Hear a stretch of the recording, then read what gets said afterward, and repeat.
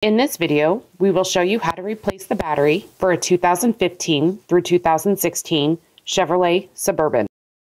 To open this key fob, all you'll need is a screwdriver. Simply insert the screwdriver in the notch on the back side of the key fob and slightly twist. Once you have the key fob open, you'll see the battery is located here. You may need to use that small screwdriver to help pop the old battery out.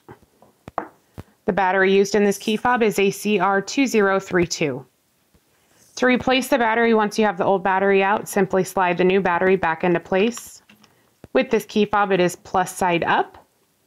When you have the new battery in place, you can simply snap the back of the key fob back together, and you're done.